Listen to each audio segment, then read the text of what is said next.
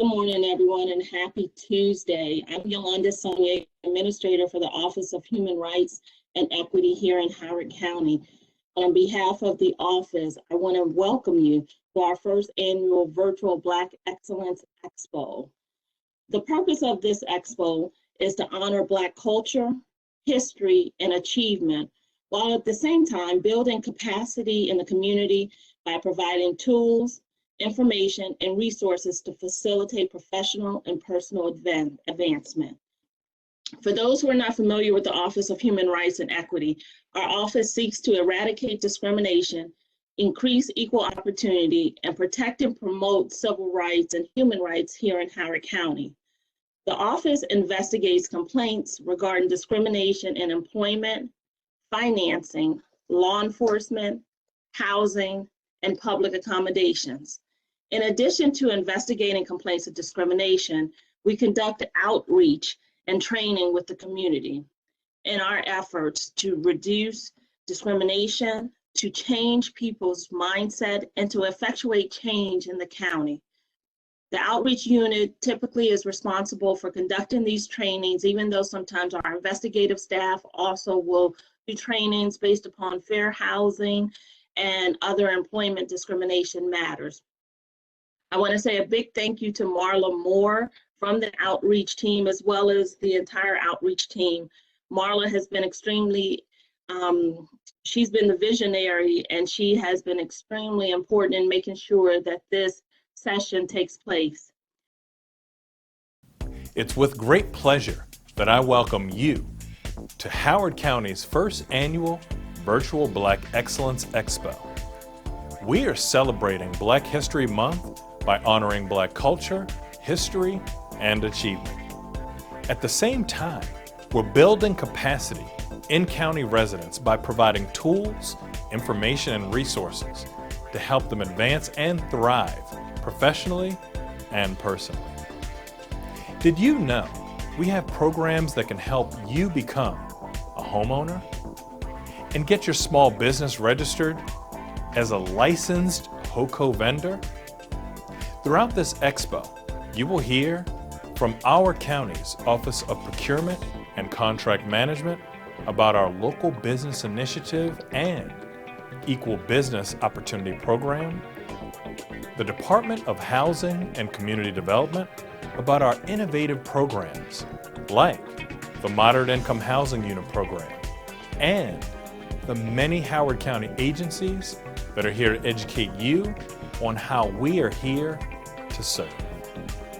I want to thank Yolanda Sonia and the Office of Human Rights and Equity for collaborating with so many vital agencies and community partners to not just celebrate Black culture, but to also help our residents get access to available opportunities and put a spotlight on some of our neighbors and friends whose businesses and restaurants are already investing in our community. Being here today is a step forward on the path to growth and change. I hope during this two-day event, you gain an immense knowledge and seek to inspire change in our community and our world. Thank you, County Executive Ball, for those wonderful words, and I appreciate that.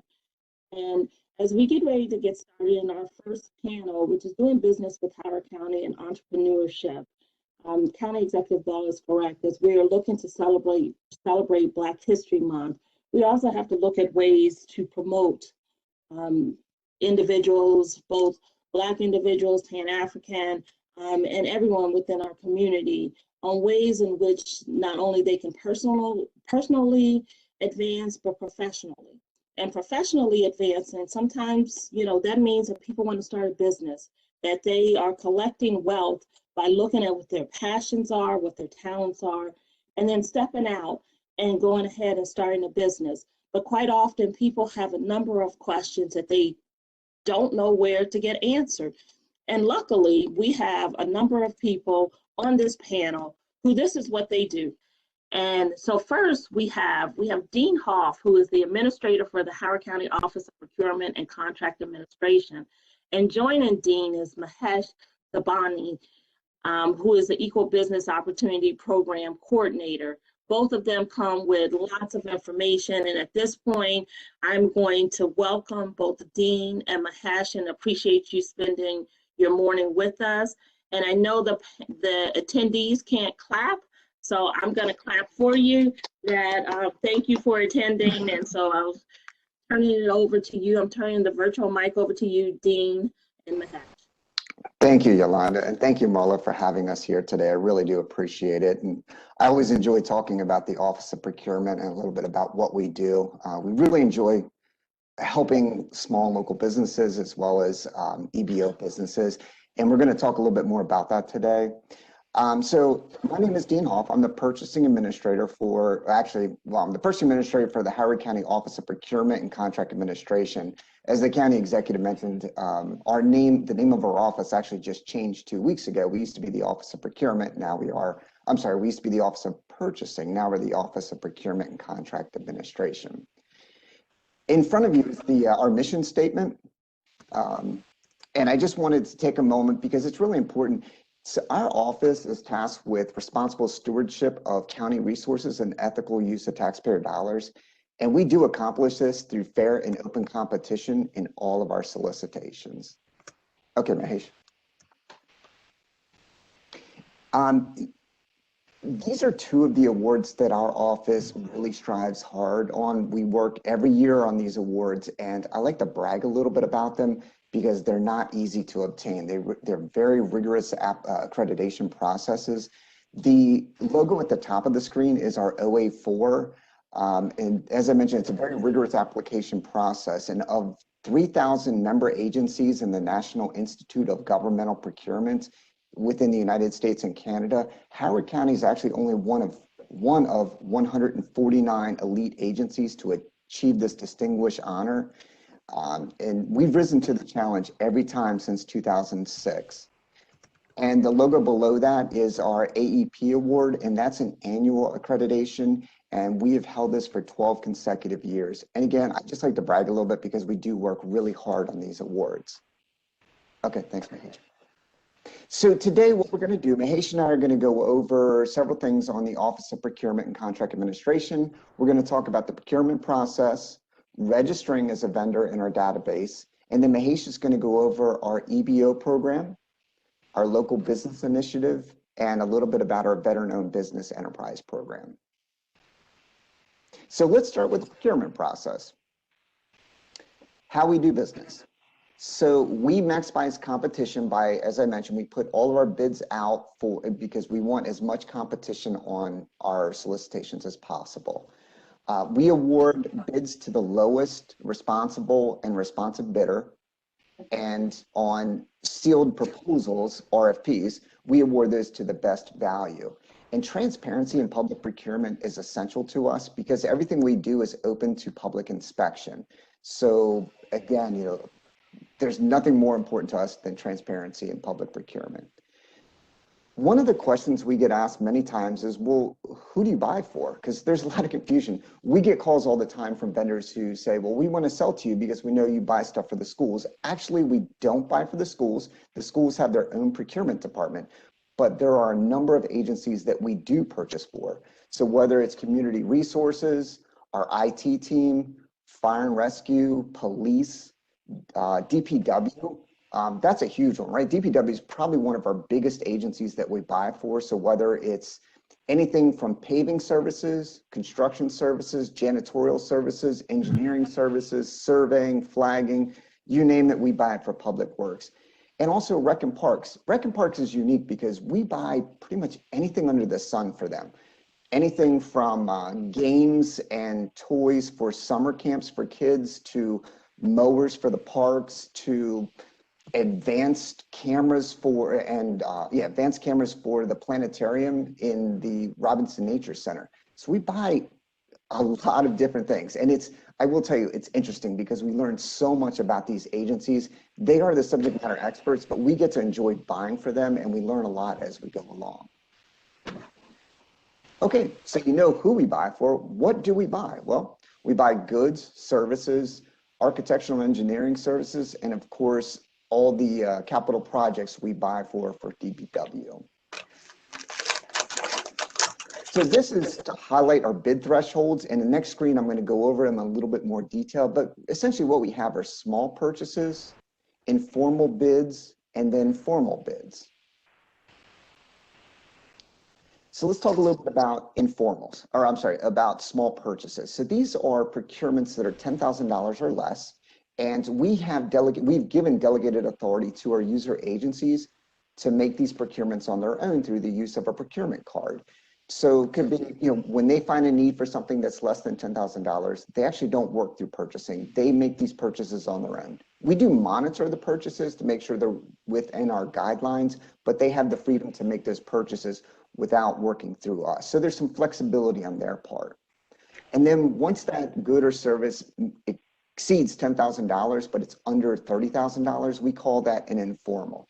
Usually what we do here is we'll put an RFQ out, we'll solicit vendors to bid on it. It's a quick turnaround, right? It could be anything from an attachment to a mower to a small service. And then once we hit 30,000, it becomes an informal. This is a lengthier process, but it's, again, we put it out there in our e-bidding system, which I'm going to talk a little bit more about. There's documents that need to be returned. It's just, like I said, a little bit more lengthy of a process. But once we hit 30,000, that's the magic threshold where it becomes a formal. And then the last bullet point on there, we talk about cooperative purchasing. And this is important because let's say you work with a school system, you're awarded a service for roofing services. Well, we don't have to put that out for bid. We work collaboratively with the schools and with the college, and we write each other's contracts. So if the school put a bid out for roofing services and I get a call from DPW and they say, hey, we need a contractor for roofing services, I can call the school. And if you've been awarded a contract with the schools, that gives us a vehicle to start working directly with you. It saves us from having to go through the full procurement process. So I think that's important to mention to vendors. Same holds true if you have an award with Prince George's County, Montgomery County, Anne Arundel County, or city of Palo Alto, California. It doesn't matter. As long as it's with a public jurisdiction, we can ride that contract. So vendor registration, let's talk a little bit about this because we do get a lot of calls. Vendors say, hey, I'm interested. I want to know more about doing business with Howard County. How do I register as a vendor? So we don't have the URL up there, but it really, if you just Google Howard County Purchasing, you'll find it. And if you go to a tab, it's called Current Solicitations. It does have a good write-up about our e-bidding system. It's called Planet Bids. So go ahead, Mahesh, if you want to. So we chose, back in 2016, we went live after about 2 years of research. We chose an e-bidding system. We had two important factors. One, we wanted it to be easy for vendors to use, and two, we wanted it to be free for vendors. We don't think vendors should have to pay to register or to submit a bid. So we found one that works. We love the user interface in it. It's called Planet Bids. Again, it's free to all vendors. It's free to register. It's free to submit bids. And one of the great things about it is you don't get spammed with every single solicitation, right? So let's say you provide engineering services. You register in the system under engineering services, you're only going to get a message from us when we put a bid out for engineering services. Because let's face it, if you're an environmental engineer, you don't care about bids for kind of painting services or veterinary services. So that was one of the features that we really liked about this system. Go ahead, Mahesh. And once you register, it does only take a few minutes to register. Once you're registered, you're done. You will always be notified when we put a bid out for the services that you provide. Registering, like I said, it's free, only takes a few minutes, and it allows you to download the documents. You get notified immediately when we release an addenda. You can also look at any of our past and future bids, and of course, submit a bid. And we use this system for both our formal and informal. So whether it's an RFQ for, like I said, an attachment to a tractor, or it's something more formal, or a formal bid such as, architectural engineering or a capital project. It's a great system to use. Like I said, it's the user interface is very friendly. So actually with that, I think I'm going to turn it over to Mahesh. Thank you, Dean. Good morning, everybody. Thank you for joining us this morning. My name is Mahesh Sabnani, and I'm the Equal Business Opportunity Coordinator with the Office of Procurement and Contract Administration. Today, I'm going to talk about a couple of programs and initiatives that we have in place to not only create, but maximize opportunities for our local businesses, our minority-owned businesses, women-owned businesses, and disabled-owned businesses. Howard County is committed to creating a more diverse and inclusive business environment. And the EBO program is the first program that I'll talk about. The EBO program is embedded in our procurement practices. It's one of our key business imperatives. And through this program, we encourage participation of minority-owned businesses, women-owned businesses, and disabled-owned businesses. As part of this program, the county has an overall goal of 20% to award to minority, women-owned, and disabled-owned businesses annually. We also have a subcontracting goal, which is 15%. And that kicks in for any procurement that is over $50,000 annually. Talking about the subcontracting goal that I just mentioned, if your business is a certified minority, women-owned, or disabled-owned business, happen to be a prime contractor that is awarded a contract by the county directly, one of the key benefits is that you do not have to go out and partner with other firms. You can 100% self-perform the subcontracting goal on the contract. So these are the two primary ways we try to encourage and increase participation of minority, women-owned, and disabled-owned businesses by directly awarding to them. We encourage all businesses to submit bids when directly to the county, and also we work with our prime contractors to find subcontractors, which could be consultants, contractors, or even material suppliers. Just to give you some perspective, in our recently concluded fiscal year 2020, the county did about 27% of participation with such firms. So we did exceed our goal, and definitely, going forward we always strive to continue to meet and exceed our goals, for which we always want to engage and encourage new firms to get certified with us. I'm going to talk about certification shortly. And like I mentioned about the subcontracting goal, so we work with private contractors to see what's the budget on the award, what's the scope of work, which sort of segments can be broken down. For example, if it's a construction contract, the contractor could utilize a subcontractor for painting services, for electrical services, for buying materials. So we try to work with the client to see where we can find that participation and where they can utilize minority, women-owned, and disabled-owned businesses. Certification. Why is certification important? It's one of the most important facets of a supplier diversity program. And the reason for that being is we want to count participation, which is bona fide. We want to know that the subcontractor that's being utilized to meet our goals are indeed genuinely authentic and bona fide minority, women-owned, and disabled-owned businesses. And how do we validate that? So that's by certification. And some of the key eligibility criteria that we look for certification is that the business needs to be at least 51% owned, managed, and controlled by one or more of these individuals. The certification process, it's a quick process, it's a formal process. The application is available online on our website, and there's no fee associated with it. Once certified, your certification is valid for 2 years, and a business can renew just before the certification expires every 2 years.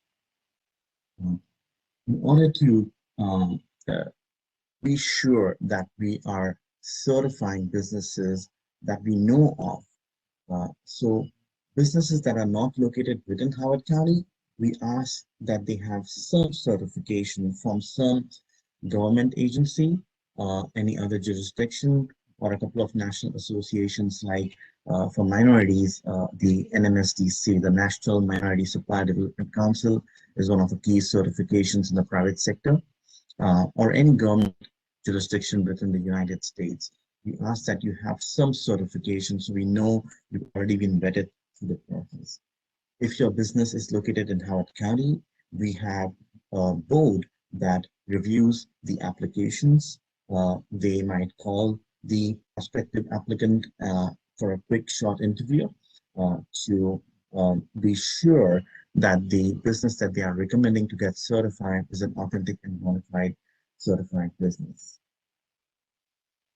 Like I just mentioned, the eligibility, one of the most basic eligibility, the first thing that we look for is that the business needs to be 51% at least owned, controlled, and managed by such individual. Under the minority business category, different races do qualify, which according to the federal government are classified as socially and economically disadvantaged. These are African Americans, Native Americans, Asian Americans, and Hispanic Americans. The other two categories are being a women-owned business, being the 1% is the threshold, or disabled business enterprise.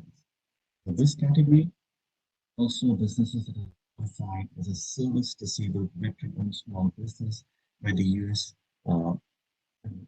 Veteran Business Administration also will qualify. We also recognize certification by different bodies. One of the largest industry dominator is the Maryland's Department of Transportation MWD certification. The city of Baltimore also has a certification program. Also, if your agency is granted a project, business can be certified as an SBA business, area vendor, and I will mention these more on the. We also want certification from different states and municipalities. Mahesh, you're kind of fading out. Sorry about that. So what certification does? It will notify you of contract notifications, opportunities. Our office also holds seminars, training workshops from time to time, and we host events where we connect prime contractors with subcontractors, which is a very good networking event. So we do a couple of events throughout the year. So once you are on our list, you will directly be notified about any opportunities that might benefit the growth and development of the business. The next program that I'm going to talk about is the Local Business Initiative. And this is for businesses that maintain a principal place of business within Howard County. If your business meets this one basic eligibility criterion, you should certify with our office. And there are benefits associated with this program that I'm going to touch base upon. So we encourage our user agencies and departments to utilize local businesses whenever and wherever possible for all small purchases under $10,000. Being mentioned a couple of examples. So this is a decentralized process. So user agencies can directly contact a business for smaller purchases. We encourage them to continuously look at that database. It's very important if your business is located in Howard County, please do register and certify under this program so your business can be found when our user agencies are looking for opportunities. We also notify all our businesses that are certified in this program of all formal and informal solicitations about $10,000. Also, some of the formal competitive seed proposals, when we have a procurement as such, we may have a preference point of up to 10 points from a 100% evaluation factor, up to 10 points for a business who is based in Howard County and who's certified in the Local Business Initiative program. The process to get certified in this program is similar. It's an online application, no fee. The only difference between this and the EBO is that the certification in the local business initiative does not expire. And I encourage you out there that if you meet the criteria for both programs, to go and certify under both programs, because both have similar benefits and some different benefits attached to the different both programs itself. The last program that I'm going to touch base upon is the Veteran-Owned Business Enterprise Program. The county has an overall aspirational goal of 1% for such businesses, which can be made directly or indirectly through our procurements. We do not certify for this program. That's the only difference. To be awarded and counted in this program, a business needs to be certified by the U.S. Department of Veteran Affairs as a veteran-owned small business or a veteran-owned small disabled business. That concludes my portion of the presentation. Our office contact information is up there. Please visit our website. We have a bit of information on our website, and also the contact information for our office, our buyers, myself up there. So we are here to assist you in whichever way we can, because like I mentioned, if you're a local business, if you are EBO business, your growth and development is very important to us. And thank you very much, Dean and Mahesh, for that presentation. I appreciate it. Just a few questions, and I'm not sure which of you will answer, so just jump in. One of the questions was if someone wants to become a equal business opportunity business as well as a certified local business, is it two separate applications, or can they fill out one application for both processes? It's a two separate application process, but the software is same. The benefit being, if you finish the first application, that's a quick process. It takes about 15 to 20 minutes. So once you finish the first application and you're doing the second application, it populates most of your information. So it's more streamlined. It's the next application, 5 minutes. Just a couple of attachments that we ask that you be in good standing with the State of Maryland Department of Assessments and Taxation. And we'll ask for a business structure document, like your articles of incorporation or your articles of organization. And which leads to one of the other questions. So if a business, someone has a sole proprietorship, are they still able to participate in your program, or must they then be incorporated in some manner with the state? They are able to participate, whether it's a sole proprietor, partnership, LLC, incorporation, irrespective of your business structure, you are able to participate in the program.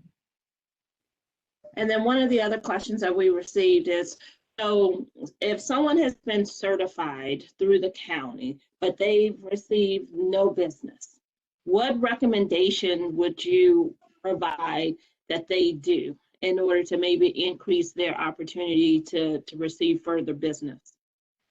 I can take that one. So first, when you register as a vendor in our e-bidding system, you can register for anywhere from 1 to 50 business codes. I would encourage vendors, register for more than one. We do see that quite often. They'll go through the list of vendor codes and they'll just find the one that's most applicable, and they only select that. Choose others, because we may issue a solicitation and it's our buyers that are choosing those codes, and it may not be the one that it's the one they feel is most suitable to the procurement. But as a vendor, you may say, oh, but you know what, I can do that as well. So register for more than one code, and also be proactive. Go in weekly, monthly, look at our list of solicitations that we've issued, because at any given time, we may have 8, 10 solicitations that are open for bidding. So just take a look at those and see if any of those are applicable to your business. If you know somebody who maybe it's not your business, it doesn't fit your business model, but somebody does, you could always forward it to them, have them register. So yes, so just being proactive really will help increase your chances of future business with the county. Thank you for that response. And actually, one follow-up to that is there ever a time when you put out contracts and people do not respond to the solicitation, and then what's the process from there? Do you ever contact people directly, or would you just repost the solicitation? Good question, Yolanda. So the county code for section Title 4 for procurement, it allows us to negotiate, but only if we've done a full solicitation, we get no responses, and we don't have time to put it out for rebid. Then we can reach out to vendors that do offer the services and negotiate with them. It actually doesn't happen very often. We get good response in most of our solicitations. And then, thank you very much for that, Dean. I think that provides some clarification. And then I think the last question I see, and then Marla will let me know if there's any. Oh, hey, Yolanda. Thank you, Dean. Sure. In the meantime, Yolanda, I have a question that was texted to me. Is a lot of times people have business savvy and they have great skills, but let's be honest, with certain marginalized communities, the literacy and the understanding of legalese, businessese is off-putting. Are there programs in place or resources where a person could go if they were like, hey, I'm a great baker, I'm a great electrician, I'm a great something, but the paperwork in and of itself or the process is daunting. What is Howard County doing to help people get started? So actually, the Economic Development Authority has an individual, and I apologize, I can't remember his name, but he works up in the Gateway building, and it's an extension of the University of Maryland, and his job really is to help small businesses that are just getting started to understand the procurement process. How do I bid on something that the government, whether it's the federal government, state government, or local government, put out? That's what his job is, to help those small businesses move on to the next step, to help them grow. And I can add on. So if anybody contacts our office, there are a couple of entities out there that are free resources to assist businesses. And they are, like you mentioned, in the Gateway building as part of the Economic Development Authority extension. So these are the Small Business Development Center, SBDC. These are extensions of the university system, and they are based throughout the country. There are a couple of offices in Maryland itself.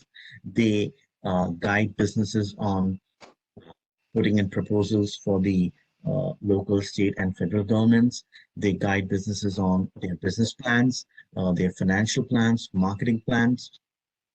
Another organization is the PTAP, Maryland Procurement and Technical Assistance Program, and they also similarly would guide a business through these processes as well.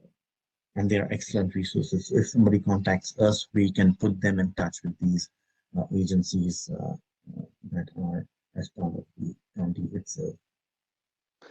Right, if they just used, oh, I'm sorry, Yolanda. I was just going to say real quick for the attendees, if you want to use that information that's in the chat feature right there, please use that, contact our office. We will give you more information about those resources. Hi, Dean. This is Alexis with the Office of Workforce Development. His name is Craig Panos. Thank you so much, Alexis. Problem, no, I'm your partner. And I was going to say, hopefully everyone saw this. This is Leonardo McClarty. I put Brandon Mason's information in the chat to all attendees. And that's the person that you would want to contact with the Maryland SBDC that's over at EDA. If you go on our website, the Procurement and Contract Administration website, and under Equal Business Opportunity, there is a navigation link called EBO Resources. Once you go on that link, there's a wealth of organizations that you can directly click, learn about. There's a small blurb each, and it sends you to different resources across the state that can benefit and help your business. Well, thank you. I'm going to ask one other question. And I told everyone when we started that this panel was full of information. As you see, each of the panelists are jumping in with additional information. And so I think all you need to do is ask. The information is here. You just have to ask, and they are here to help you. But last question for you, Dean and Mahesh, is I know you held a very successful Meet the Primes event recently. And can you just share a little bit about what the Meet the Primes event is and like how often you host that? So actually, January 15th, we had our first annual Meet the Primes. The county executive has been pushing us to do this event, and because of the pandemic, we did have to push it back, but we were really excited. We had quite a big turnout for that event. Really, the gist of the program is we have panelists who are prime contractors, so whether they're into technology, A&E services, construction, we had separate breakout rooms, and all the attendees that came in chose one of the breakout rooms based on their business, and they could go in there, listen to these primes speak. Unfortunately, because it's a virtual environment, it doesn't allow for the kind of networking that can be done in a person environment. So there are some limitations. We're hoping when we go to do our second annual, it'll be an in-person event. So it's very beneficial. Thank you, Dean. And I do understand that. Of course, the preference is to be in person, but I commend your office in actually doing something virtually because we all have had to adapt. So thank you very much for doing that. And thank you, Dean and Mahesh, for the presentation. I greatly appreciate it. Our next presenter, Leonardo McClarty, who is the president and CEO of the Howard County Chamber of Commerce. Leonardo is going to give a very brief introduction of himself, as well as the resources and information he has that will benefit you. Leonardo, I'm turning it over to you. Okay, thank you, Yolanda, and good morning to everyone. Again, I'm Leonardo McCarty, and I'm the president of the Howard County Chamber, and alongside me is Morgan Simonet, who is our director of membership and external affairs. And so I'm going to prepare to share my screen here and ultimately talk with you about the work that we do here at the Howard County Chamber, and particularly how it supports business, as well as in many respects, how it even ties into some of the things that was just touched on by Dean and Mahesh. We do a good bit of work with them alongside with the folks from the Howard County Economic Development Authority. And so hopefully when we finish here, you'll have a better understanding of, in many respects, the work that we do and how we ultimately go about supporting economic development and business development here in the county. So I'm going to run through some slides quickly to really leave more of my time for questions, whether it be related to the chamber or just business support in general. And so one of the things you'll often hear us talk about with the Howard County Chamber is that we're about people, policy, and prosperity. And so when we talk about people, that is really the work that we do to help develop you as a business owner, or the people that work for you in terms of your employees, helping you connect to different resources and individuals that can, again, help your business grow. When we talk about policy, that's the work that we do with our elected officials, whether that's local or state or even federal, that really pertains to policies that, again, could be adversarial towards business, or that could be supportive in terms of helping you in your growth. And then lastly, prosperity, that really, and actually I just noticed, oh, I'm missing an I here. So excuse that that arrow on our part. And so with that, that deals with community growth, prosperity, and opportunity. And so just quickly, I'm going to move to our next slide here. I thought you told me taking the I out was intentional. Prosperity is all of us being prosperous. I thought that was intentional. Yes, so and it really is, as the saying goes in sports that we used to say in football, there is no I in team. And so so with that, just what we're going to talk a little bit about is kind of who is the chamber, what's in it for you, and how does actually things work when you become a part of the chamber. Just quickly, our mission is to accelerate the business growth through connections, advocacy, and professional development. And so again, a lot of what we're trying to do here is to help you connect to people and to resources that can help your growth and development, with ultimately the vision being to lead the way for a vibrant community where truly business can thrive and be successful.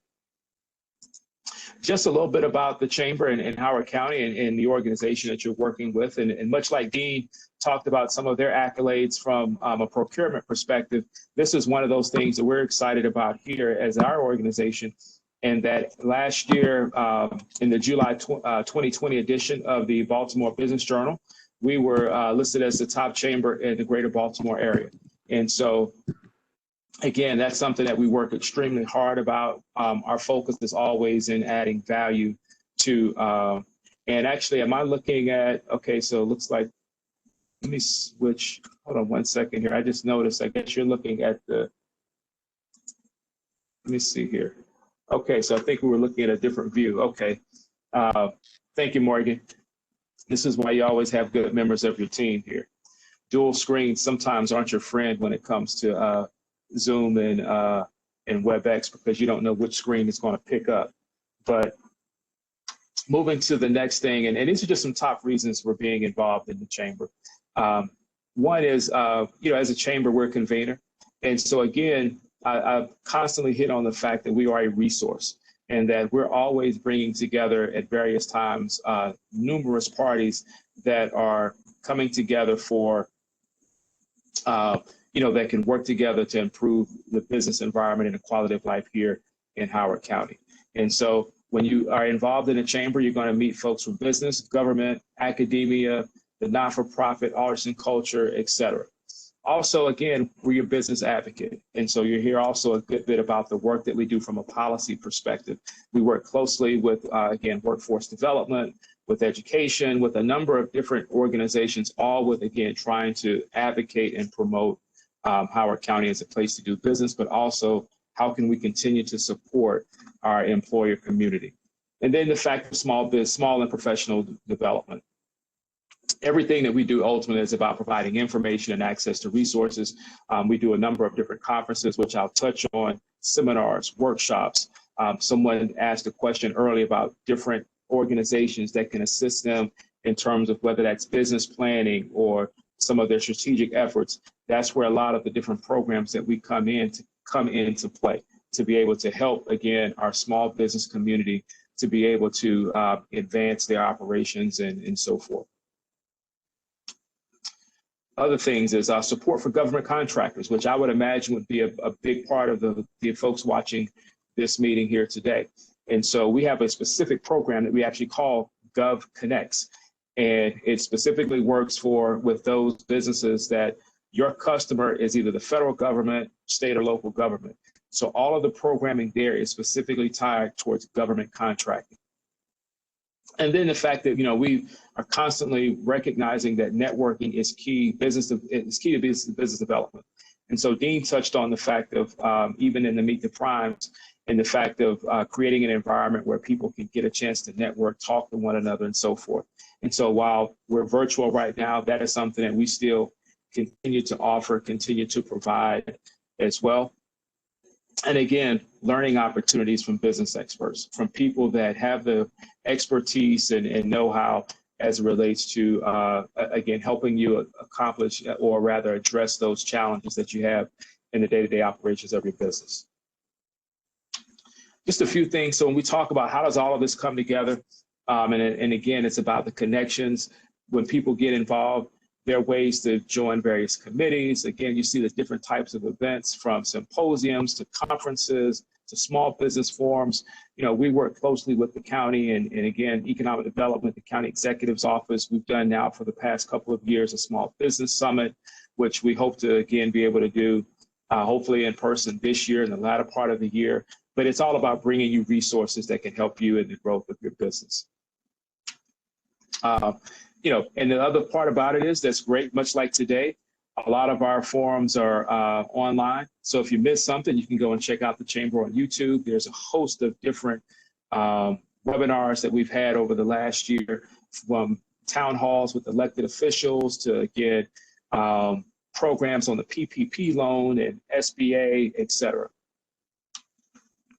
Then you've got your different networking. And the other thing that we're excited about is the fact that we have something for all different types of businesses and even the individuals that are working with within your company. So whether it's the seasoned professional or conversely, the young professional, there's something for you. Again, we really strive to also be an organization that champions and that supports multiculturalism and diversity. So for the last couple of years, we've put together a Multicultural Summit. Again, all with the idea of bringing in people that are like-minded, but perhaps maybe different in terms of size, industry, even ethnicity, so forth.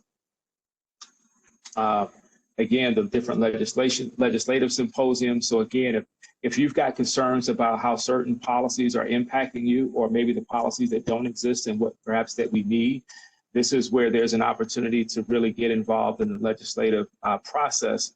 And again, we're very active both locally and statewide. And then the leadership development piece.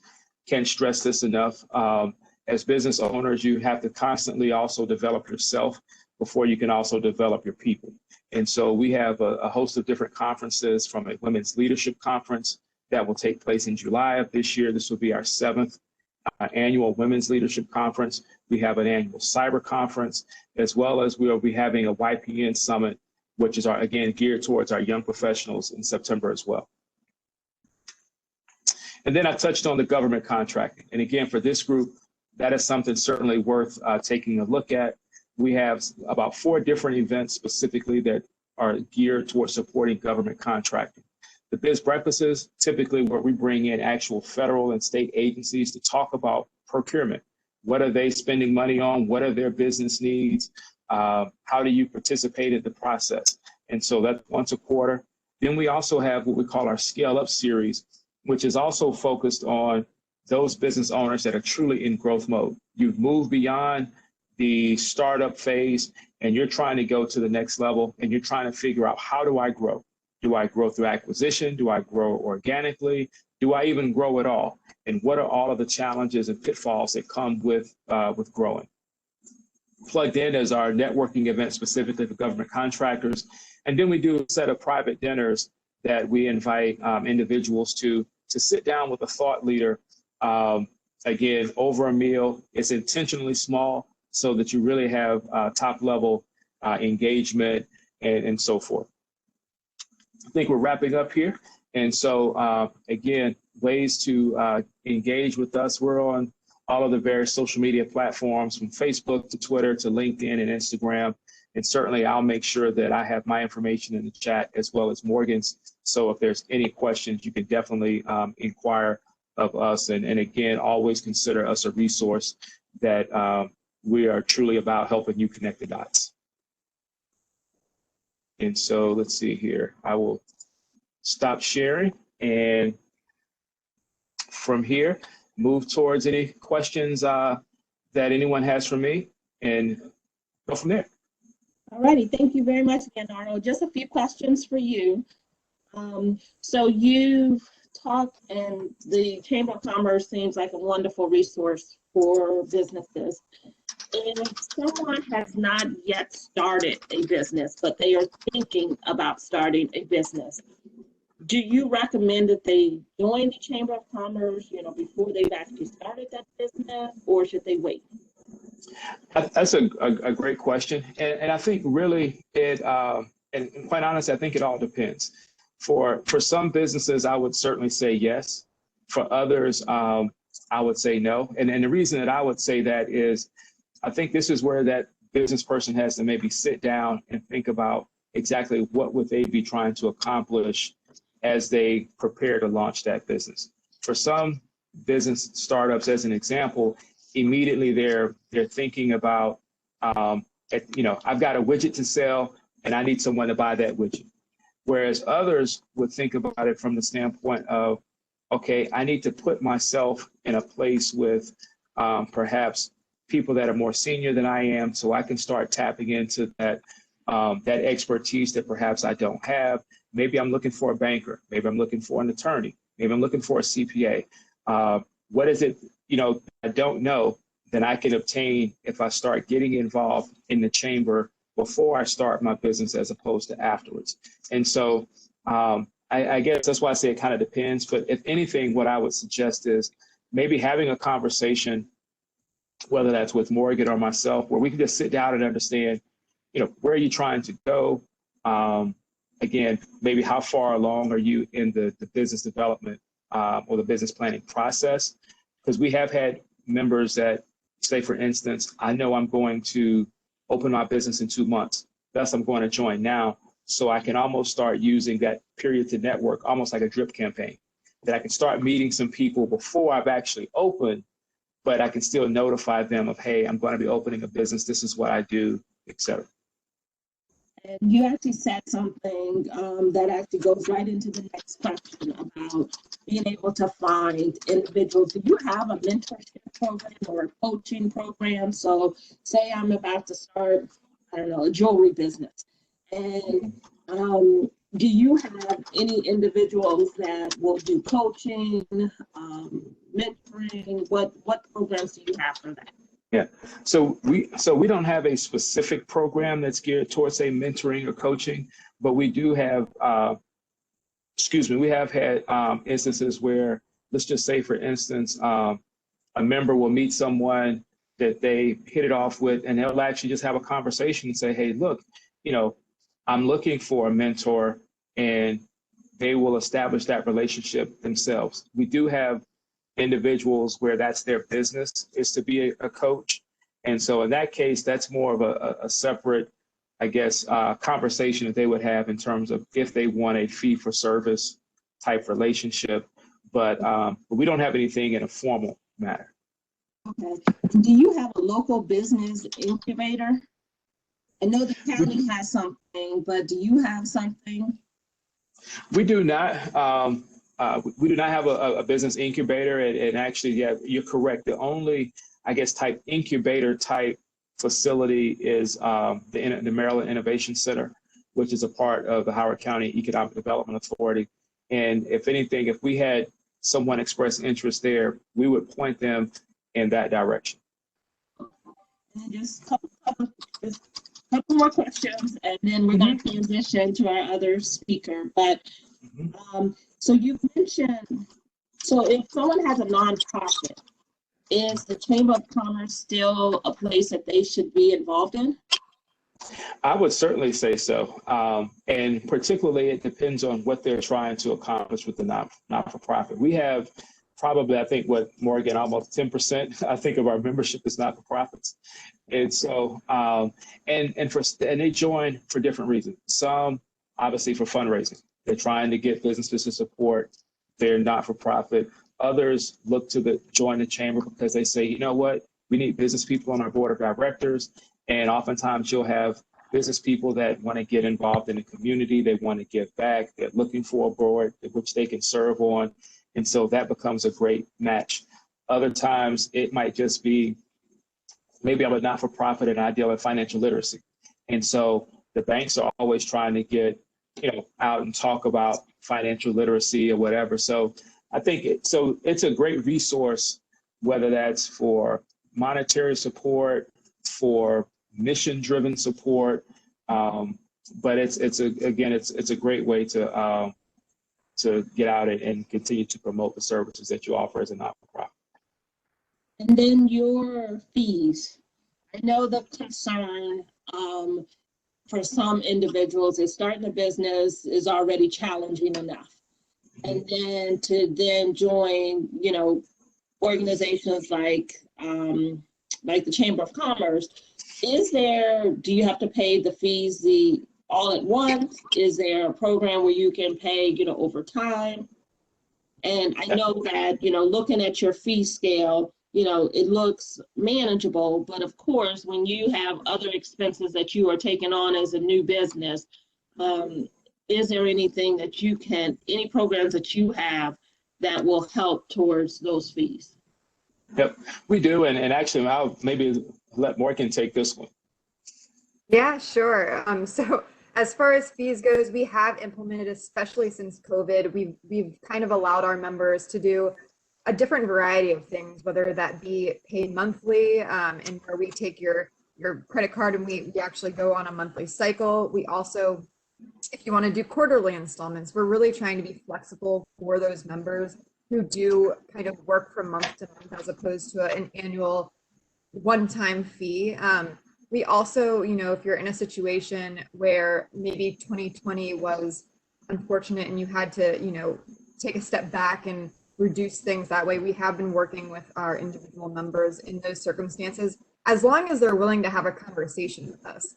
So that's kind of the main driver is we want to talk to you first before you're just going to basically outright say, nope, it's not for us this year. We don't have it in our finances. we want to have that conversation and we want to know what's going on in your world, because we're here to help. We don't want to lose any members based on a financial reason if we're able to kind of work with them with those monthly payments, kind of see what their needs are in advance. And I wanted to, I was going to say, I wanted to touch back on the mentorship program, just because we don't have a mentee-mentor program, but we do have an ambassador program. So when you do join the chamber, you do have somebody to help you with that what next question, as far as what programs do I join, who do I talk to, how do I talk to these people. So it's not really a mentee program, but it is somebody that's going to be your connection to help you navigate the chamber benefits and the value behind it. So I did want to just make that up. No, and lastly, I would just add, Yolanda, I think the big thing for someone that's wondering about price is for them to think about the chamber as an investment, and the fact that they're investing in their business, in themselves, with the idea that, much like your own, say, 401k, you invest with the idea that you're going to, quote, get something out of it. You're going to get a return. The return that I think you get from the chamber is, again, the information received, the people that you meet, and the fact of, can you look back, kind of, yes, you want to, again, make a sale, but selling aside, can you say, as a result of me being involved in the chamber, am I a better business person? Did I get information that can help me be a better leader, better manager? Do I know where to go for certain things that perhaps I didn't know before? If, part of the job that Morgan and I and others have at the chamber is to help you save time. So if you're looking for something, maybe you find it on your own. But if I can save you that time and headache of bouncing from phone call to phone call and website to website, that is part of, again, money well spent. That is excellent information. Thank you very much to both of you. And before I transition to the next person, we actually have more questions for you, but I can't continue. But one thing I will say is a big kudos to you, Leonardo, and the whole Chamber of Commerce team. I did participate in the Women's Leadership Conference last year. It was excellent. It was fantastic. And although I'm not in a business ownership role at this time, I have in the past, but the leadership information that was provided transformed into other, beyond owning a business. So I just want to say kudos for that, and I look forward to the one later on this year. So kudos. And I will just tell everyone that the one this year we're extremely excited about, and really it's all about growing yourself and growing your people. And so whether you're in business ownership or whether you work for someone, you will still get something out of it. Our information is also, for Morgan and myself, has been placed in the chat with our emails. And so if anyone needs to reach out to us with additional questions, don't hesitate to do so. And again, Yolanda, thank you for having us here. Thank you for also what your office does as well in terms of supporting equality and opportunity here in the county. Thank you very much to both of you. Our next presenter, Alexis Lawson, who's a business engagement specialist with the Howard County Office of Workforce Development. And Alexis is going to come and has plenty of information as well, a little different than what, the past three presenters, but also equally important and equally engaging in information that all of us need to know, either for ourselves or to share with individuals we know or communities and groups that we are involved in. So Alexis, I'm going to turn it on over to you. I am very excited to be invited for this day. I think this is an awesome recognition. I'm glad this is the first time, and I'm really glad to be a part of this day. I'm also always glad to be a part of hearing from my partners. It's always good to just be reminded what we all do. As well as Leonardo, just that opportunity to be able to grow yourself and your people as well. The Office of Workforce Development at the Columbia Workforce Center, we work with everyone from GED to PhD. We specialize in assisting folks with basically getting back to work and no fee. We work with individuals who are laid off. We work with the youth. We work with folks who are unemployed and underemployed. We are co-located at the Columbia Workforce Center with the Division of Rehab Services, who works specifically with individuals with a disability. We work with businesses, specifically as the business.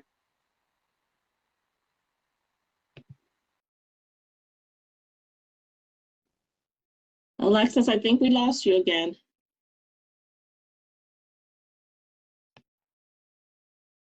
Let me make sure I got my, yeah, can you hear me? I'm off mute. Let me go back on and go off again.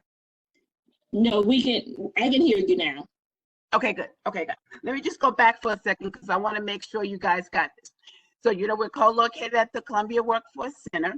We work with the Division of Rehab Services and specifically with individuals with a disability. We have priority service to veterans. And specifically as the business service representative, I work with businesses with recruitment and retention. I work very closely with Leonardo with business. As a matter of fact, we have an event on March 2nd where we work exactly with businesses. And I think we've got, I don't know, maybe 90 something businesses already set up for that job fair. So we provide labor market information. And right now we are paying very close attention to which industries are doing well, which industries are not doing well, and just how do we make that gap? How do we come together? How do we help businesses? As well as job seekers, we offer in-demand training to our job seekers who have never worked or have been laid off. So we also offer, and we have employment counselors, so we're sitting down one by one, working with our job seekers until they get back to work.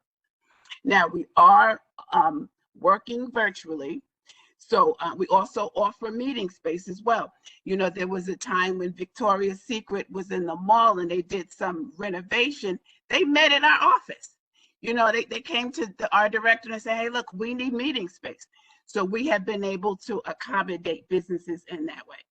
So right now, as I said, we are working virtually. And if you'd like to reach out to us, you can reach out to us, and I'll put our information in the chat at 410-290-2620. Again, that's 410-290-2620. Or you can email us at owd@howardcountymd.gov. That's OWD, and I will put that in the chat at howardcountymd.gov. So wait, I got to tell you about my training. We got training grants. A lot of businesses don't realize that if you have an employee that has an in-demand skill, that lacks an in-demand skill, we could possibly assist with training funds for a period of time to get that employee upskilled. It could be an admin and need an Excel. It has to be an in-demand skill. And you would say, you know what? I would hire that person, but they just don't have that one skill. So in that case, we could look at, looking at the funding and get that employee up to skill for a period of time through an employee contract. It's called on-the-job training. And I love to talk about it because a lot of businesses must say, they may not consider a person because they don't realize that our office, federal funding through the state, comes down through the county to get that employee up to skill to get them to work. We also have incumbent funding, and that's for your already skilled employee that needs a little something as well. So we can look at, to avert a layoff. But we're looking at, it opens a door for another employee. You see how that works? So it's like, okay, great. I want to bring somebody in and I upscale them, and it opens a door for somebody else. I love to talk about that. It's not utilized enough. So we could possibly assist with that as well. So in this virtual environment, we've been doing these employment information sessions where we're allowing companies to come on our WebEx and talk about what their openings are.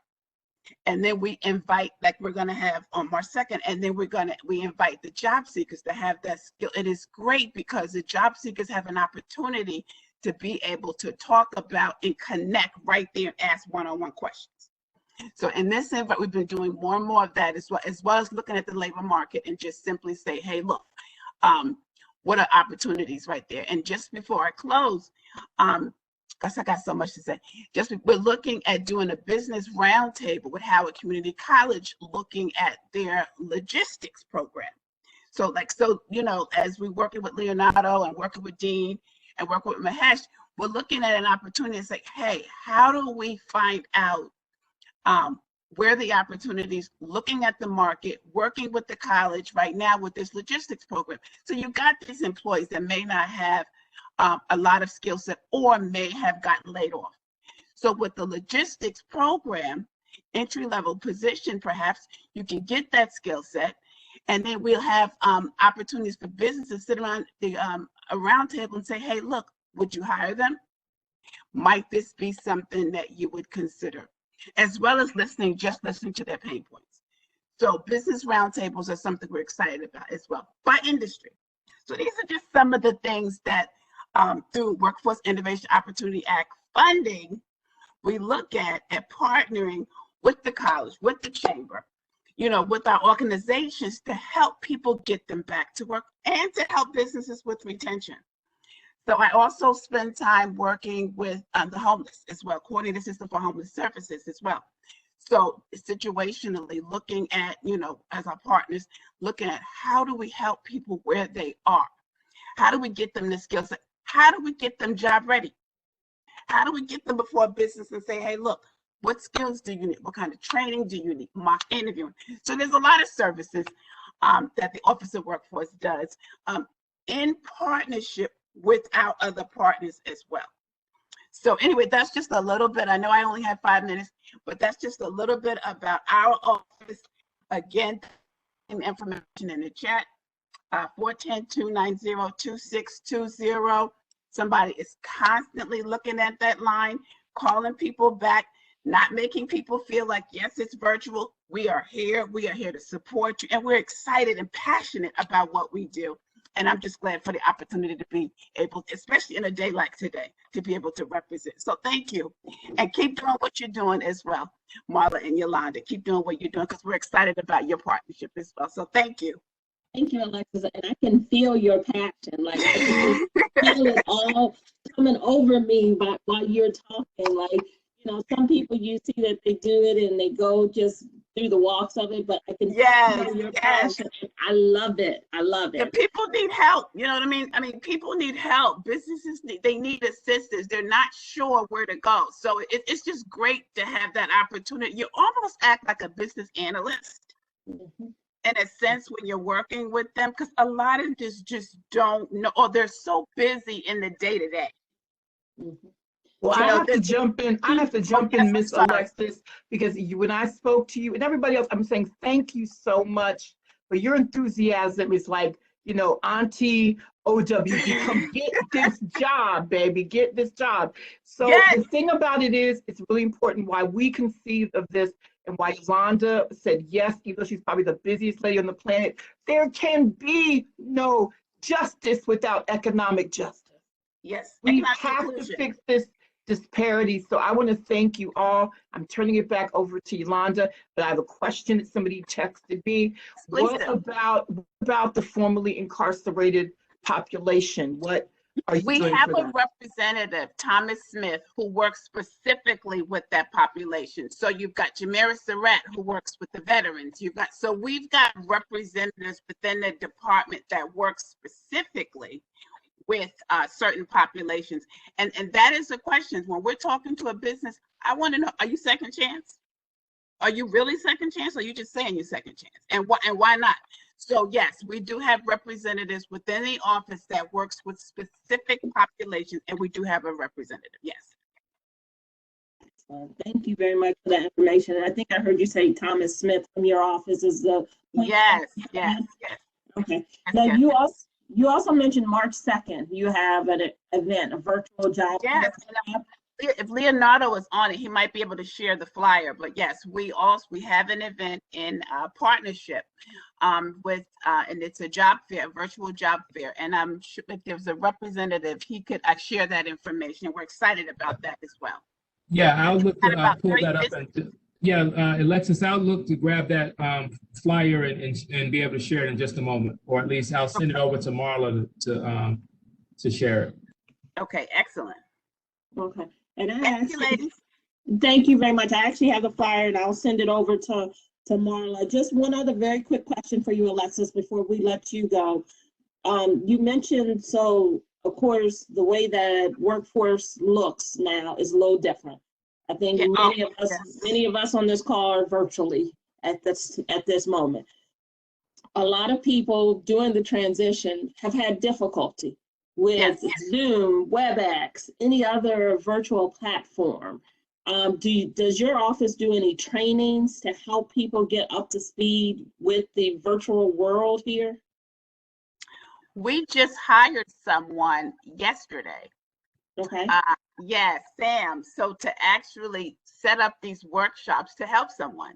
So there's more to come on that, just that for that specific questions to help be able to make that digital divide, to assist, but there will be some more to come. Her name is Samantha. She just started yesterday.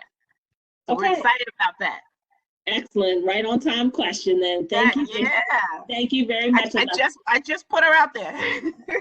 Exactly. We're all going to be looking for her now. That's right. That's okay. We'll support her. That's what we're here for, team. Sounds good. Thank you, Alexis. I'm going to go ahead and transition to our last speaker, which is Rachel Howard. Rachel Howard is a public affairs specialist and economic development specialist with the Small Business Administration. Thank you so much. I certainly appreciate the opportunity to be with you all today. Thank you to Yolanda and Marla for putting together a fabulous lineup, lots of information. I'm going to go over what a lot of folks have already sort of done my job this morning. We've talked a lot about counseling services and mentoring, so hopefully I can fill in some blanks for folks as we go through this morning. If you'll bear with me here. Can you see the screen? Yes. Okay. Thank you. So I'm going to just cut right into the PowerPoint here. We are the Small Business Administration. We are a federal agency. We've been around since 1953, and our whole purpose, our existence is simply to help folks get started and grow their businesses. So you'll see as we move through, we have several programs that we do use to accomplish that mission. I am with you today representing the Baltimore District Office. It's a little misleading. We are located in downtown Baltimore. Like we've talked about, many of us are virtually right now, us included. But we serve the entire state of Maryland. So a little misleading that we're called Baltimore when we really serve the whole state. So programs and services, again, how do we accomplish this wonderful mission of ours? It's really exciting for us to work with folks, you know, and watch them grow and become famous and successful. So we have the 4 key programs here that we use to accomplish the mission: counseling and training, contracting, capital, and then our disaster programs that we will touch on. So we rely on our resource partner network. You've heard mention already this morning about the Maryland Small Business Development Center. They are one of our approved partners. A lot of what we do, we are the smallest of all federal agencies, so small but mighty. So we rely heavily on our resource partners, and we'll talk shortly about our funding partners to accomplish this mission. So you'll see here we do have the resource partner network. They are all approved and funded by the SBA across the country. There's well over 1,400 offices. You can find the resource nearest you if you go to our main webpage, sba.gov/local assistance. There's actually a menu bar that runs sort of across the top and toward the right-hand side. You can click on local assistance. You'll put in your zip code, and then it'll generate for you the list of the folks that are the closest to you. The important thing to understand more than anything is that all of these services are free. Obviously, your time is very important, but the sessions themselves are free of charge, and no limits. You can meet with these folks once, twice, 10 times, whatever it takes. So no time limits, no term limits, whatever it may be, and of course, all free. So where are these folks? We talked about the Maryland Small Business Development Center. This is their main website, marylandsbdc.org. I know we talked about Brandon Mason this morning. I heard Craig Panos' name mentioned earlier. So you do have folks located right in Howard County, specifically in Columbia, that can meet with you. The Small Business Development Center, we call it the SBDC, those are paid counselors. So it is their day job to help you and to know what's going on in the community and the variety of programs. SCORE, the next listed there, score.org, is a very similar organization in terms of their services and what they can offer you, but they are a volunteer organization. And they also are located working out of the Maryland Entrepreneurship Center. I believe most folks right now are virtual still, but again, everyone that we'll talk about today, is up and running and available to you. So score.org. The Women's Business Centers, we were really excited to be able to bring this program back to Maryland. We had a little bit of a gap in the servicing for this program. So currently we actually have 3 centers that operate out of Maryland. The Baltimore Metro Center, we've partnered with Morgan State University, so they are a city-based organization. Maryland Capital Enterprises is located in Salisbury, but they serve Anne Arundel County on down through the whole Eastern Shore. And I've listed the Maryland WBC here in Rockville. They service the Frederick County, that whole corridor there. And for anyone with us today that may be a veteran that has returned to civilian life and has chosen to put their skills to use as an entrepreneur, we do have a Veterans Business Outreach Center. You'll notice that is a Northern Virginia phone number. That's where the hosting organization is located. But again, they are servicing our territory.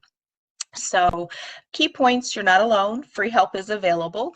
Again, there are no limits on this, so you can meet with 1, 2, or all 4 of these organizations, whatever it may be. They can all work with you on the business plan. They can discuss marketing plans, marketing strategies. Certainly we've talked about government contracting, and we'll touch on that again in a second. So really anything under the sun. They also do all offer training classes. Sometimes there is a small fee for the training. Typically it's just enough to cover the expenses, the materials, whatever it may be. And most all of those sessions are also available through our sba.gov/MD, calendar events. We try to cross-reference on all of those. Your secrets are all safe with your counselors. When you go in, there will be a little bit of paperwork to fill out, one of which is a non-disclosure agreement, just assuring you that the counselor's not going to share any of your proprietary information. And so please do take advantage of those. And like I said, lots of counseling options available to you and nearby. So please do check those out. So again, another topic for this morning was federal contracting. It's a great way for you to grow your business. A lot of people don't necessarily assume that they can qualify for government contracting, maybe based on what they do, but it's really important to understand that the federal government is the largest purchaser of goods and services. So anything from pens, pencils, paper for the copiers on to, cafeteria items and things like that. So it doesn't all have to be high-tech software and defense mechanisms and, top secret stuff that a lot of people think of. So definitely it's something to keep your mind open to. I also heard mentioned earlier the Maryland Procurement Technical Assistance Center is affiliated with the Maryland SBDC system, and they are very segmented in the contracting there. So while all the counselors have a good knowledge base and are certainly available to you, once you reach a certain point in your journey for contracting, you may get handed off to the PTAP folks, because again, that would be their specialty. And once again, all free services. So one of the other things that we as SBA do, we also act as an advocate for small business, and we are tasked with making sure that contract opportunities do go to small businesses, that they do have a level playing field. The quick way to evaluate your readiness, if you're not sure where you are in sort of the lifeline of your business, if you're ready for contracting and that's something you want to jump into and take on, if you go to sba.gov, again, the main website, there is a whole section on contracting, and there is quite a bit of information there and sort of checklists and things you can follow to make sure that you're ready to take that on. We do have several certifications. These again are for federal agencies here. So we work with the agencies. Again, I mentioned we're tasked with advocating on your behalf. So we are making sure that 23% of all prime contracts do go to small businesses. We have several programs here, and again, these are for federal, so very different from the state programs.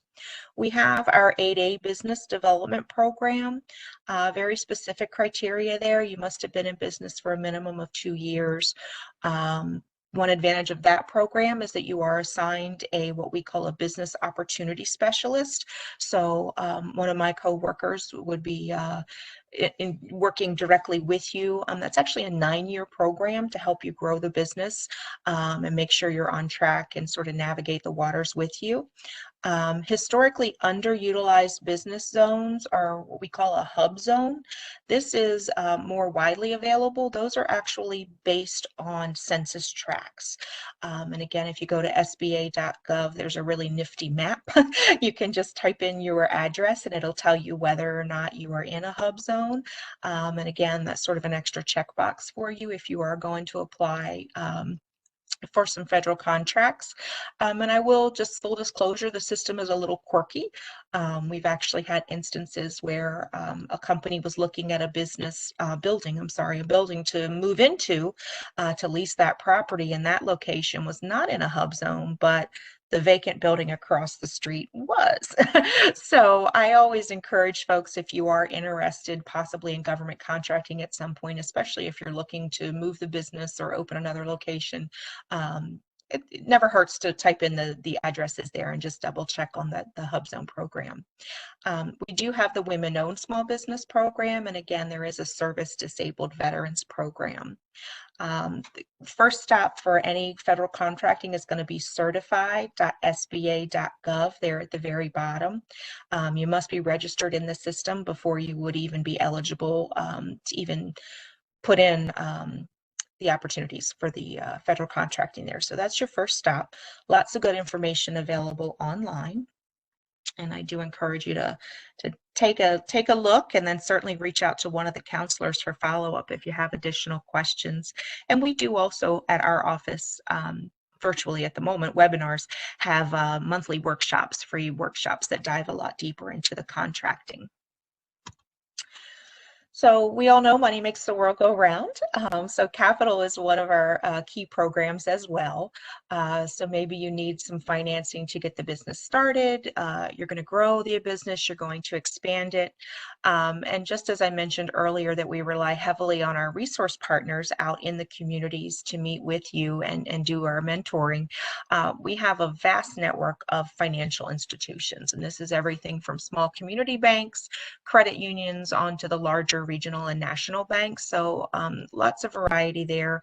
And again, everything from a micro loan, a very small loan, $5,000 on up to 5.5 million. So the advantages here you'll see, to summarize, we do have competitive terms. Typically, there is a lower down payment rate. There's much more flexible overhead requirements, and several of the programs do actually have a built-in counseling and education component. So how does the SBA backed loan help you? Again, it's everything from launching and starting the business. Maybe you want to purchase a business that's already in existence. We do have revolving credit, working capital for your day-to-day expenses. You can purchase inventory or equipment. Maybe you need to get a new large piece of machinery. You could renovate facilities. You can even purchase the land or the real estate. And then we do also have programs specific for exporting the products or services. So we have what we call the microloan program. That's where I talked sort of a second ago about that $5,000, a much smaller amount. Sometimes it's referred to as a credit builder loan. Let's face it, things happen in life, medical bills, divorces, whatever it may be. Certainly now we're all experiencing some trials ourselves, in this last year or so. Things have been quite difficult. So again, lots of options for you. The microloan, again, is typically, $5,000 to maybe $50,000. Our 7A program is pretty much the traditional loan. If someone's talking to you about an SBA loan, odds are they're referring to the 7A loan. Those loans average about $120,000 to $150,000, but again, can go on up. And then we have the 504 loan, and that's where we were just talking about the big purchases. So think brick and mortar, big machinery, that sort of a thing. So that's a much longer term payment there, again, for those big purchases. So increase your chances of securing a loan. One of the main advantages of the SBA loan, the easiest way I kind of explain it to folks is, think of the kid buying the first car. They're not going to have the credit, let's say, or, the background. So the car dealer is going to want mom and dad to co-sign on that loan just to make things go smoothly. So it's very much the way it works, in that the entrepreneur would be the kid and SBA is the parents, So we're reassuring the lender that they're going to get repaid. So this is a direct loan, not from SBA, it's coming from the bank itself, the lender, but SBA is going to guarantee that loan. So if there is anything, unfortunately, that should happen, the lender's going to get paid. So we're going to basically co-sign on that loan. Again, what you're going to need for the loan, you'll obviously need to have your business plan completed. And again, I believe it was the chamber, Leonardo, that had mentioned, investments in the chamber. Think of your business plan as an investment in yourself, another investment in the business. This is really a guide, sort of a roadmap that you can refer to through the life of your business. You will need your expense sheets, financial statements, financial projections. And again, these are all things that the counselors are able to sit with you and work through. So whether you're just getting started and you're at that light bulb moment, or maybe you've started the plan and just aren't quite sure where to go with it, the counselors can certainly work through that with you and check it for you. So where do we start and how do we get the loan? We always suggest that you start with your existing banking relationship. As I said, you're going to apply with the bank. A lot of people don't even realize that they've dealt with SBA sometimes when they end up with an SBA loan. A lot of our piece of things happens behind the scenes, so to speak. So certainly reach out to your existing banking relationship, and you can say, hey, I attended a workshop, or I was doing some reading, whatever it may be. Tell me about this SBA loan. If maybe you don't have a banking relationship yet, or if you're running into some issues there, lender match is also a great option for you.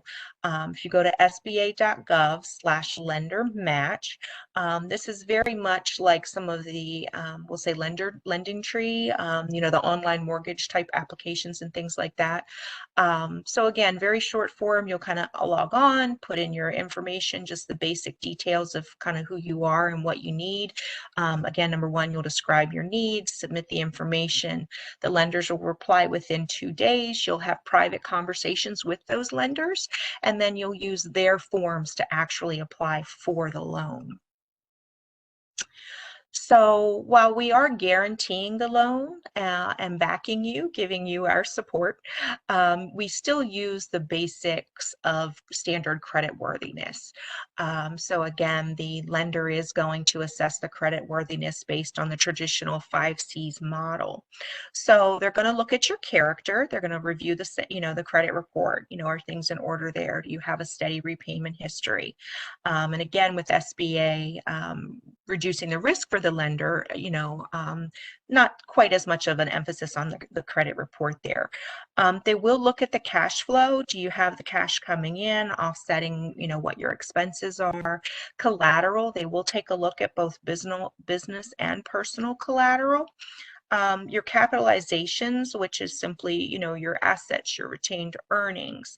If there's owner equity, they want to know that you have some skin in the game, so to speak, that you've got something invested in this business, and it's not just all going to be on the lender. And then the last piece is conditions. So again, that's the market conditions, your competition. Ideally, all of those aspects will have been addressed in your business plan. And again, those are things that the counselor can sit with you and help you assess and pull that data and work on that conditions piece. The last thing that I want to touch on is SBA disaster loans. Unfortunately, SBA has been in the news quite a bit lately, and many folks didn't even realize that we were involved in disasters. Hopefully none of us have ever had to deal with this and never will, but the most important thing I want to talk about for the disaster loans is many people think that in the case of a disaster, a flood, a hurricane, wildfire, whatever it may be, they always think of a FEMA loan. FEMA's the first one on site to assess the damages, so to speak. So what folks don't realize is that SBA actually serves as the nation's bank in times of disaster. So this is the only time that SBA would directly fund any money or directly give out a loan. And again, the piece I really want you to focus on is to understand that this applies to not only small businesses, but it's also available to homeowners and renters. So a lot of people don't realize that.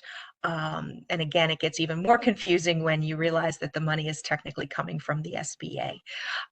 So in situations that the disaster loan can help you, it can help with your real estate recovery, your personal property, economic injury, can recover the machinery, the equipment, inventory. And we do also have a feature of the programs available to active duty military. So if someone gets called back into the service. So a lot of what you've probably heard about lately is our economic injury disaster loan. So this would be different from the traditional SBA disaster loan, which again would cover property, again, thinking of wildfires, floods, hurricanes. So in this case, the economic injury disaster loan is just that. You've suffered an economic injury. There's a loss of income. So clearly COVID-19, the pandemic, has affected many businesses. And this program is available. It was extended through the CARES Act legislation that had been signed into law, the final version that kind of went in at the end of December. The disaster program, the EIDL, was extended. So we are taking applications through December 31st of this year. You do have quite a lengthy URL there, but if you go to sba.gov, the main SBA page, there's a yellow banner that runs across the top of that page for COVID relief. And if you hit that bar, it'll get you right to these sections. Again, it's a very short form. You apply online. It will ask you for banking account information, your routing number, your account number. That's because because if you're approved, those funds are directly deposited within to your account, usually within just a matter of days. I've known people that applied over the weekend and the money was there Monday morning. So it is quite a process and it's moving quite quickly. For anyone with us this morning that may have already applied for an EIDL loan last year or through the beginning of this year, unfortunately the local office, we don't have access to the database, so we're not able to track those applications, but you can email directly into SBA's Office of Disaster Assistance. It's simply disaster customer service at sba.gov, and then their main phone number there, 800-659-2955. And I think our last one, there we go. The last slide I'll end with, and I tried to put this in the chat box. Again, we are the Baltimore office serving the entire state of Maryland except PG and Montgomery. Those folks are serviced by our counterparts in the Washington office. SBA.gov/MD just shortcuts you to our local page, our main phone number there. We do have a Twitter account. That's sort of our quickest way to get information out about new programs, fun facts, events coming up. And you're certainly welcome to give us a direct email. It's Baltimore_DO, just short for district office. So Baltimore_DO@sba.gov. And then certainly you can sign up for email newsletters as well. And again, I thank you all so much for letting us share some knowledge, share some information today. And I'm happy for questions if we have any. Rachel, thank you very much for that presentation. That was jam-packed with quite a lot of information, but very much needed information. And one question for you is and I think this was posed to one of the panelists earlier. If someone does not they have a business, but they don't necessarily have the technology to go online to fill out that EIDL application to help them, is there a different way and another resource that they can submit the information, submit the application? Yeah. I believe there is a paper option, but you're going to need to call in to that number I had given you there, the 1-800-659-2955, and let them guide you through that. The other option, I don't know, with the virtual world, I'm not sure if the libraries are back up and running or not. But again, it might be something that the counselor may be able to help you with if you went to their office, or maybe the chamber. There may be somebody, mentor, counselor, friend, neighbor, that would let you kind of borrow their equipment. Unfortunately, the paper trail kind of slows things down. And the way the mail has been, they've really tried to streamline everything and make it electronic. But that's not to say it's a no. So please do reach out and they can guide you on how to do it, fax or paper, whatever they would prefer. Are your offices open to the public? So if someone wanted to come in and use a computer in your office to fill out the application, is that a resource? We do not do that, but there are a variety of resource centers. Again, the counseling sessions. If you go to our sba.gov website, or you can email the Baltimore_DO, and we can send you a list of the resource centers. There are probably 5 or 6 around the Baltimore metro area that do have that computer set up that might be available to you, but not at our office. Sounds good. Thank you very much. Marla, are there any other questions for Rachel before I move into concluding this session?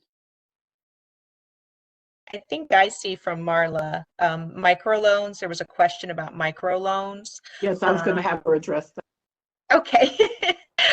So yeah, the microloans, we actually have, I believe we're up to 6 now providers of microloans. So you're not going to go to a traditional bank, checking account, savings account, bank for that loan. The microloan goes through our micro lenders. We do have about 5 or 6. Again, that's available on our sba.gov/MD, or you can go into the Find the Resources Near Me, that local assistance, and it'll generate the list as well. And again, you'll just go directly through them and apply. So either check online, or certainly you can email us and we can send out the list in return. If each of our presenters can just come back on screen, just so I can say a big thank you and a round of applause to each of you, Dean, Mahesh, Leonardo, Morgan, Alexis, and Rachel. I appreciate, Marla, appreciate you, and the Office of Human Rights and Equity appreciates you and everything that you're doing in the community to empower individuals. Marla mentioned this earlier, and I know the county exec also mentioned this, but everyone talks about social justice, but you can't have social justice without there being a discussion about economic justice. And I appreciate everything that each of you are doing to continue to empower everyone in our community. I know that we are pretty much at our time. There are a lot of resources that have been discussed. And if anyone missed any of those resources, our office is always here to help you, always here to help direct you to those resources. Our phone number, 410-313-6430. Again, 410-313-6430. And then our email address is ohre@howardcountymd.gov. As I indicated, we're always a resource. We are always looking to promote human, civil rights, social justice issues to make sure that inequities in our communities are addressed and we can work towards having a more equitable community.